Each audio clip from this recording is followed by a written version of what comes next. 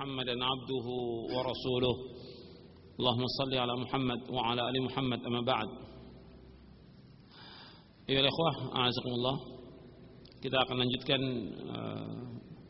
materi selanjutnya. Karena apa? Mencurahkan kemampuan mencapai yang dicintai Allah, jihad termasuk dicintai Allah.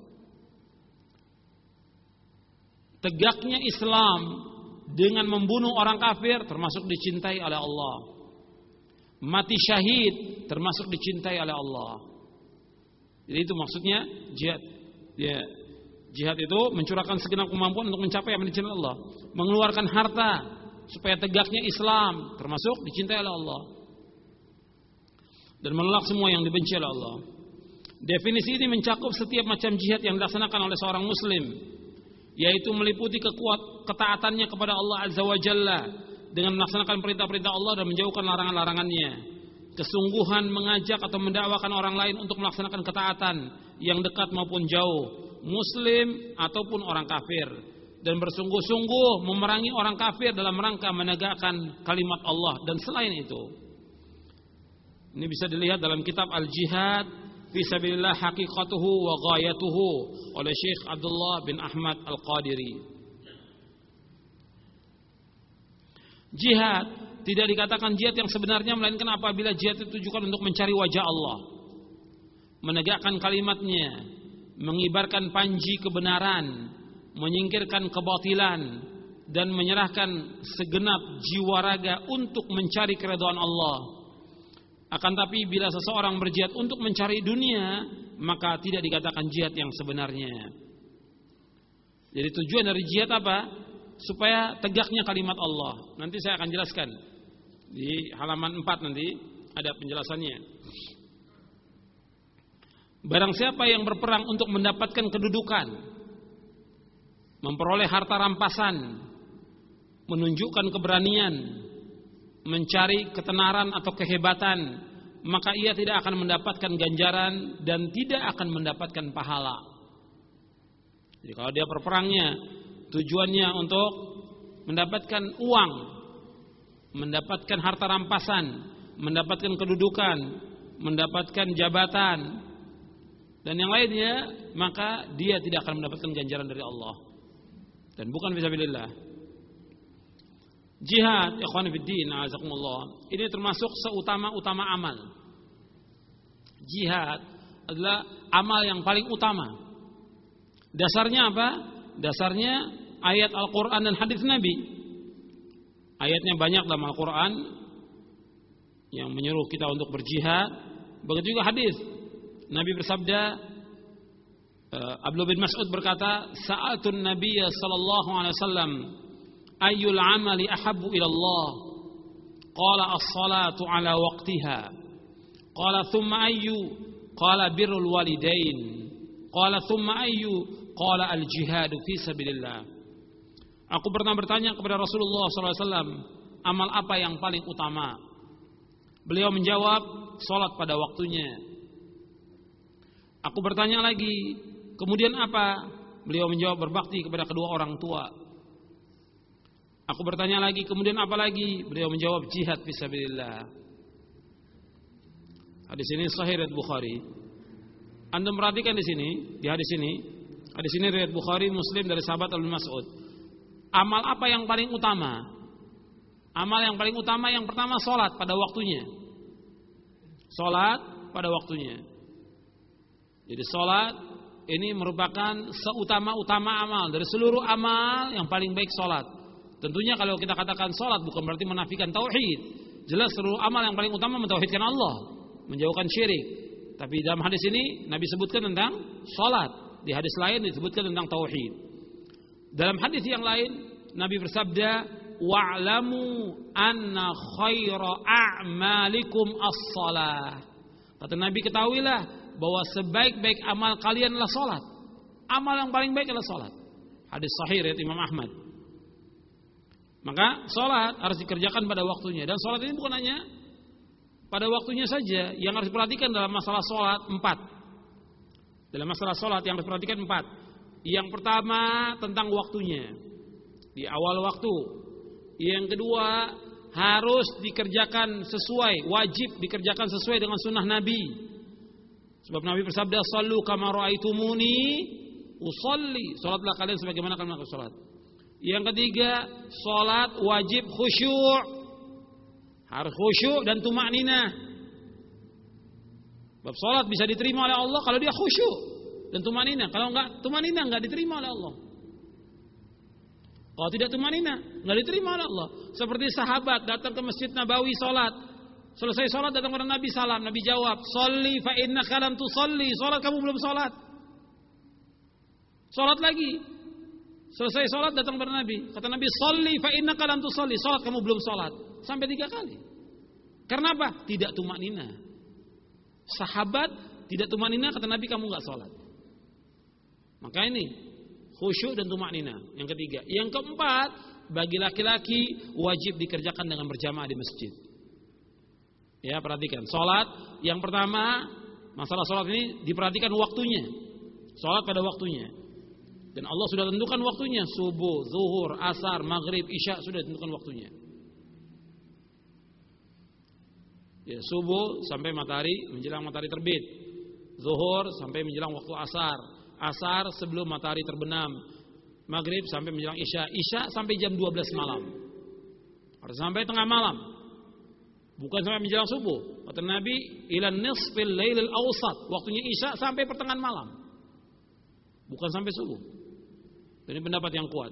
Jadi waktunya perhatikan. Yang kedua, yaitu harus sesuai dengan contoh Nabi salat ini. Sebab Nabi bersabda, "Shallu kama ra'aitumuni usolli." Makanya harus belajar, dan antum harus belajar tentang kaifiat dan tata cara salat.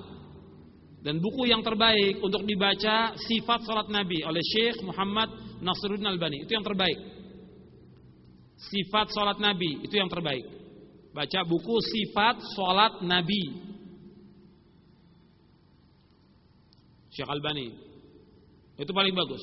Dan sekarang sudah terbit bukunya yang 3 jilid, Aslu Sifat Salat Nabi. 3 jilid dan sudah diterjemahkan dalam bahasa Indonesia. Itu Aslu Sifat Salat Nabi, 3 jilid. Itu dibawakan lebih lengkap lagi asal dari sifat salat itu. Perhatikan banyak ya buku-buku tentang sifat salat Nabi. Antum beli yang sifat salat Nabi yang Syekh Albani. Orang Syiah juga ada mengeluarkan sifat salat bersama Nabi. Judulnya Salat Bersama Nabi, orang Syiah, yang terbitkan Mizan Bandung. Di Indonesia, Mizan. Mizan ini penerbit Syiah, bukunya masuk ke Malaysia. Penerbit Mizan itu semua bukunya Syiah. Hati-hati tuh. Mizan Bandung. Jadi Mizan itu buku-buku Syiah. Mereka terbitkan buku apa? Salat Bersama Nabi. Tebalnya sama.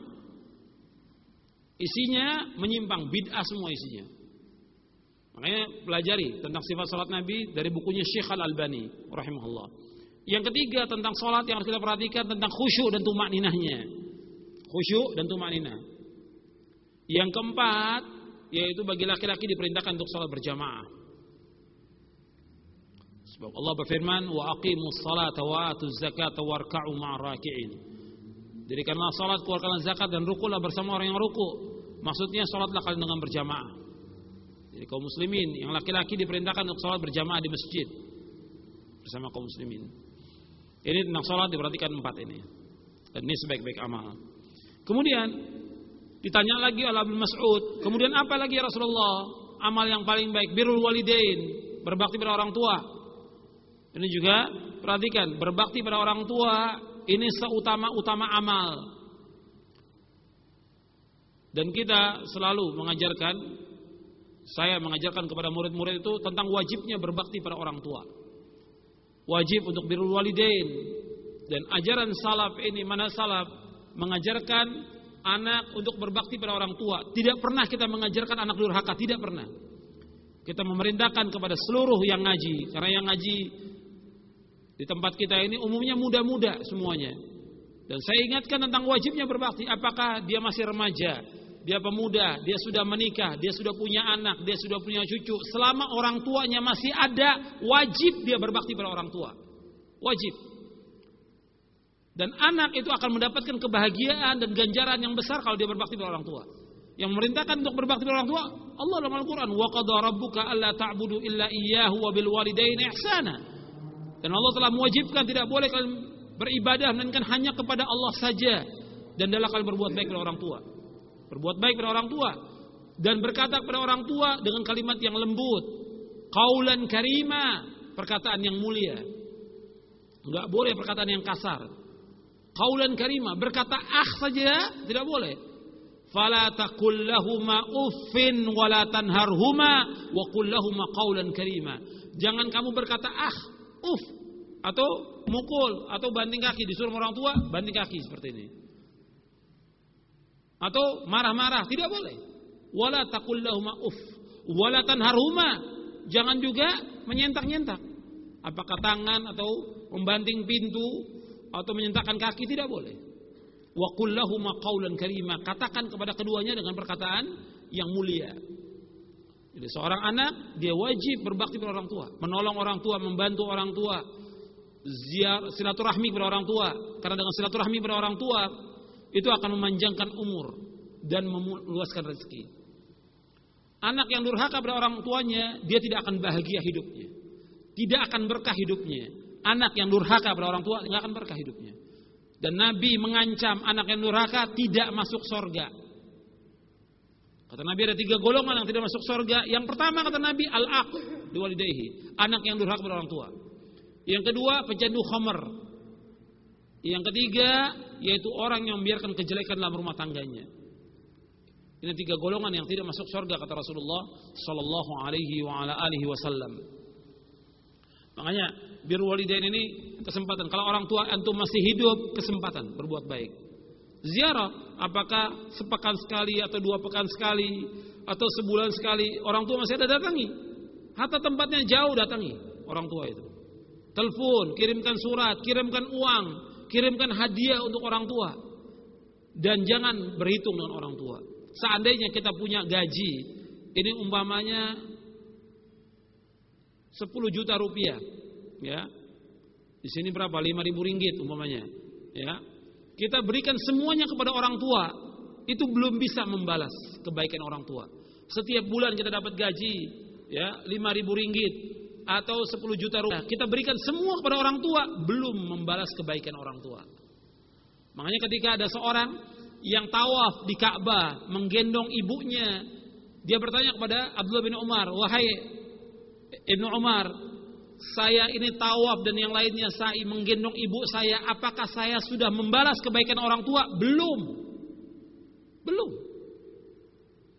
Jadi orang tua itu melahirkan, mendidik kita sejak kecil, merawat, belum bisa dibalas. Nggak bisa dibalas dengan kebaikan kita. Maka terus kita berbuat baik dan terus mendoakan. Makanya ini ingat, orang tua perhatikan. Kalau kita sebagai talibul ilm, penuntut ilmu, dan kita sebagai seorang muslim, wajib berbakti pada orang tua. Dan tidak akan rugi kita.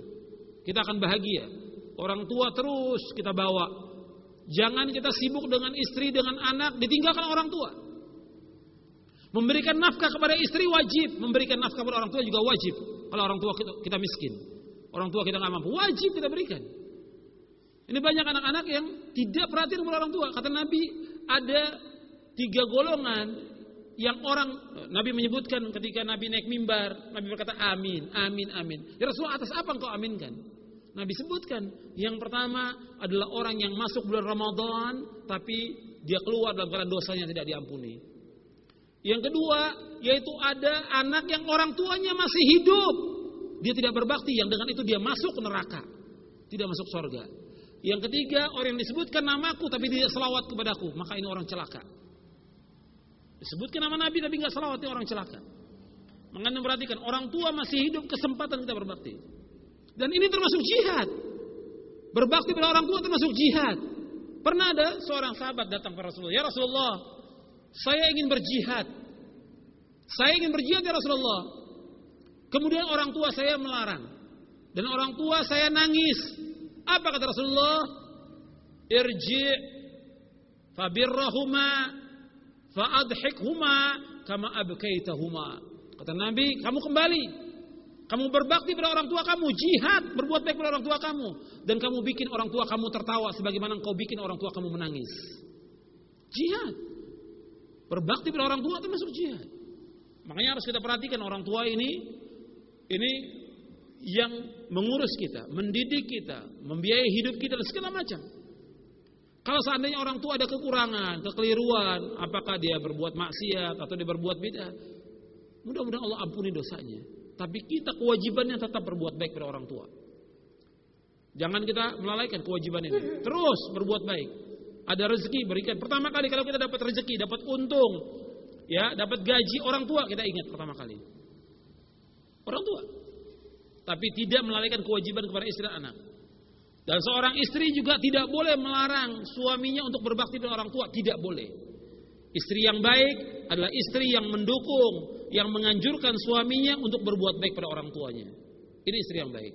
Karena jalannya seorang anak laki-laki dengan berbakti pada orang tua. Adapun istri dengan bakti dan taat kepada suami. Taat kepada suami ini jalan seorang istri untuk mencapai surga. Dia wajib taat kepada suaminya dalam hal yang ma'ruf. Jadi ini anjuran dalam Islam luar biasa tentang berbakti pada orang tua. Jadi maka yang kedua Nabi sebutkan amal yang paling utama adalah berbakti pada orang tua. Yang ketiga jihad fisabilillah. Yang ketiga jihad. Dan jihad ini termasuk amal yang paling utama. Kata Nabi dalam satu hadis,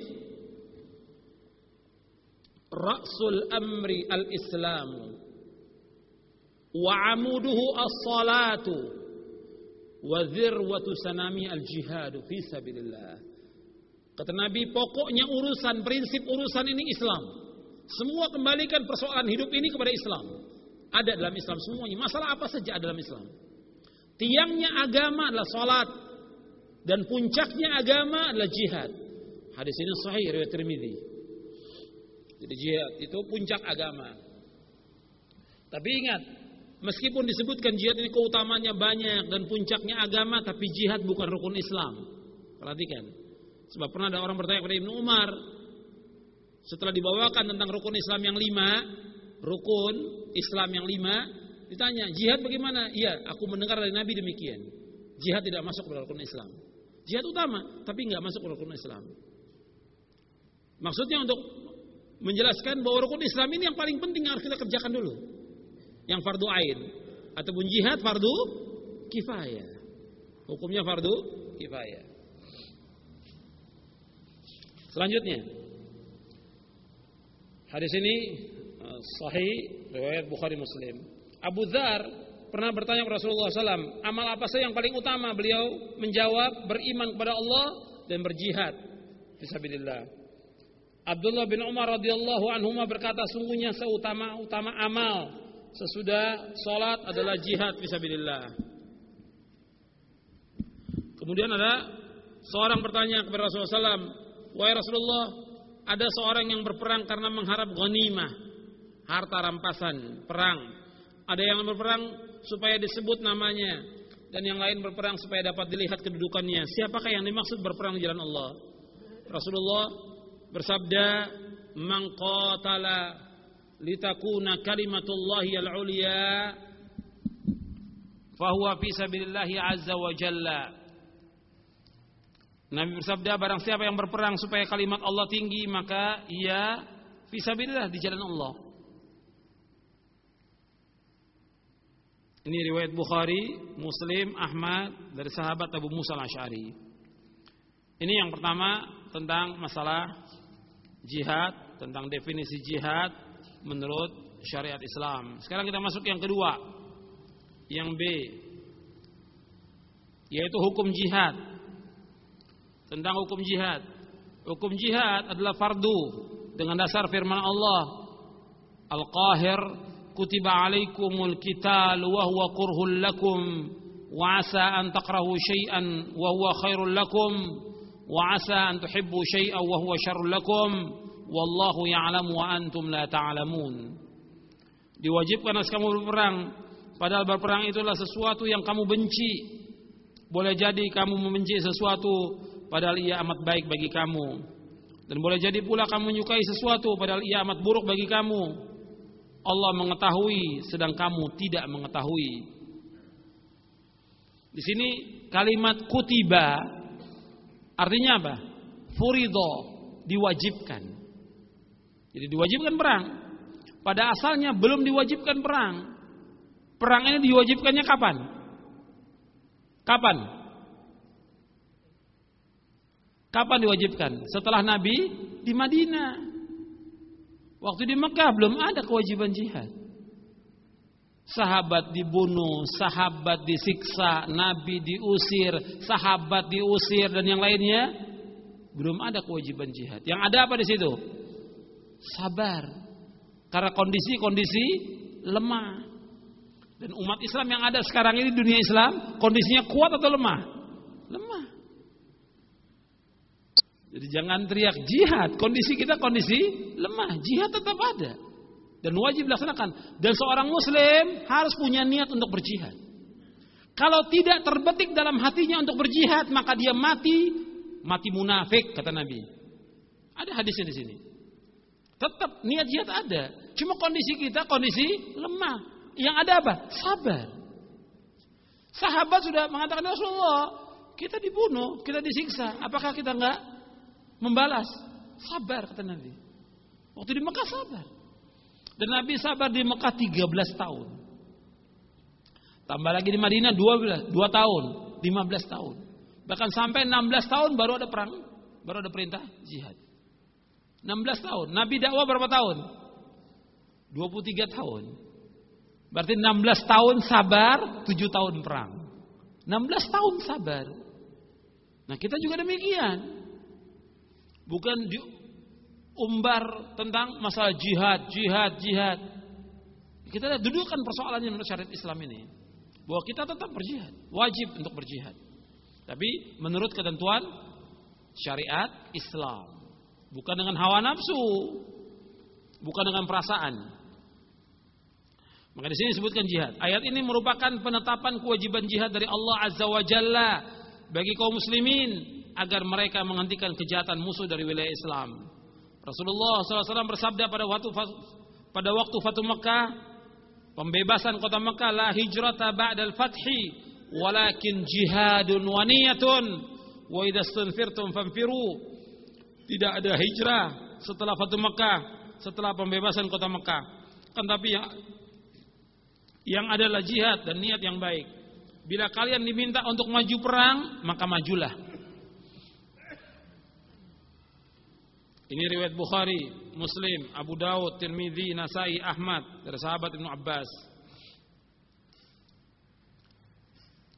Jadi setelah Fatu Makkah itu enggak ada lagi hijrah.